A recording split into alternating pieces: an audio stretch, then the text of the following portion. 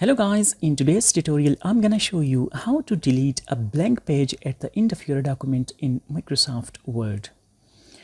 Right over here you can see I have two pages and I want to get rid of this last page. There are a number of ways that you can use to delete a page, but none of them is working in my case. For example, pressing Ctrl and backspace delete a page, but it's not working in my case. Similarly, if you can go to View tab and click on Navigation pane, you can see we have two pages.